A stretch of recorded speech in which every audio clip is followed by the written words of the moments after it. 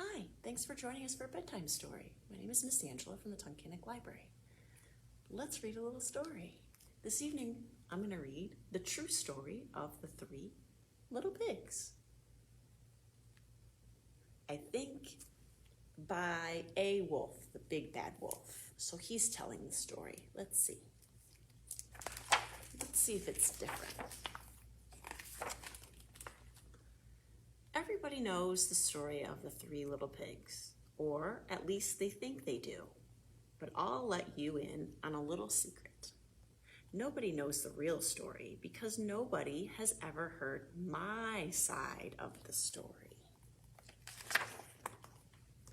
I'm the wolf, Alexander T. Wolf. You can call me Al. I don't know how this whole big bad wolf thing got started, but it's all wrong. Maybe it's because of our diet. Hey, it's not my fault wolves eat cute little animals like bunnies and sheep and pigs. That's just the way we are. If cheeseburgers were cute, folks would probably think you were big and bad too.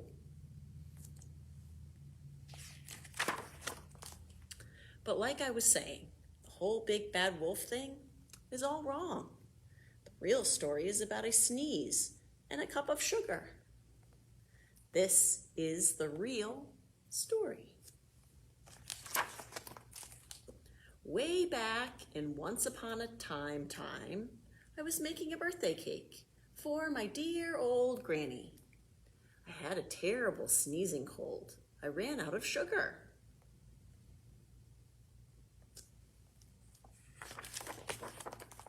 So I walked down the street to ask my neighbor for a cup of sugar.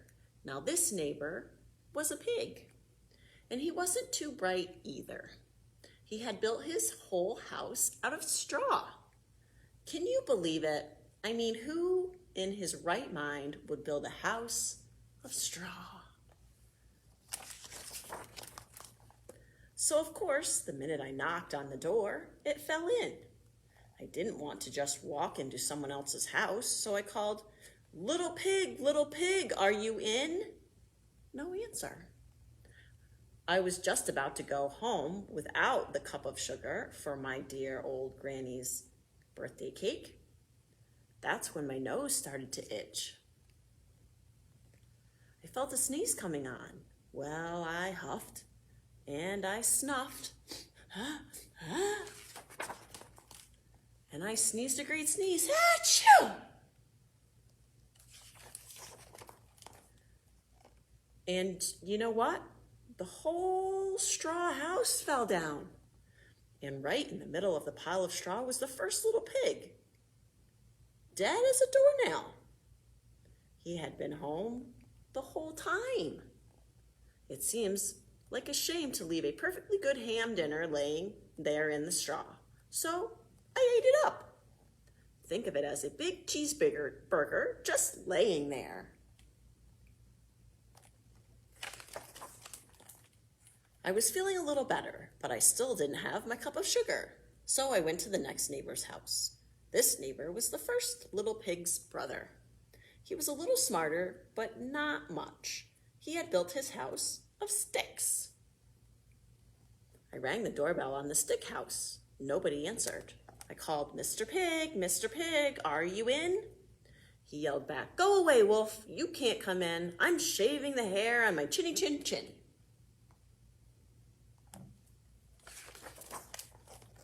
I had just grabbed the doorknob when I felt another sneeze coming on. I huffed and snuffed, and I tried to cover my mouth, but I sneezed a great sneeze. Achoo! And you're not going to believe it, but this guy's house fell down just like his brother's. When the dust cleared, there was the second little pig, dead as a doornail. Wolf's honor. Now, you know food will spoil if you just leave it out in the open. So I did the only thing there was to do. I had dinner again. Think of it as a second helping. I was getting awfully full, but my cold was feeling a little better. And I still didn't have that cup of sugar for my dear old granny's birthday cake. So I went to the next house. This guy was the first and the second little pig's brother. He must have been the brains of the family. He had built his house of bricks. I knocked on the brick door. No answer. I called, Mr. Pig, are you in? And do you know what that rude little pig answered? Get out of here, wolf. Don't bother me again.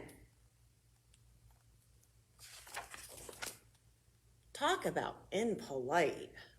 He probably had a whole stack full of sugar, and he wouldn't give me even one little cup for my dear, sweet old granny's birthday cake. What a pig. I was just about to go home and maybe make a nice birthday card instead of a cake when I felt my cold coming on. I huffed, and I snuffed, and I sneezed once again. Achoo! Then the third little pig yelled, and your old granny can sit on a pin. Now, I'm usually a pretty calm fellow, but when somebody talks about my granny like that, I go a little crazy. When the cops drove up, of course, I was trying to break down the pig's door, and the whole time I was huffing and puffing and sneezing and making a real scene. Achoo! The rest, as they say, is history. The news reporters found out about the two pigs I had for dinner. They figured a sick guy going to borrow a cup of sugar didn't sound very exciting.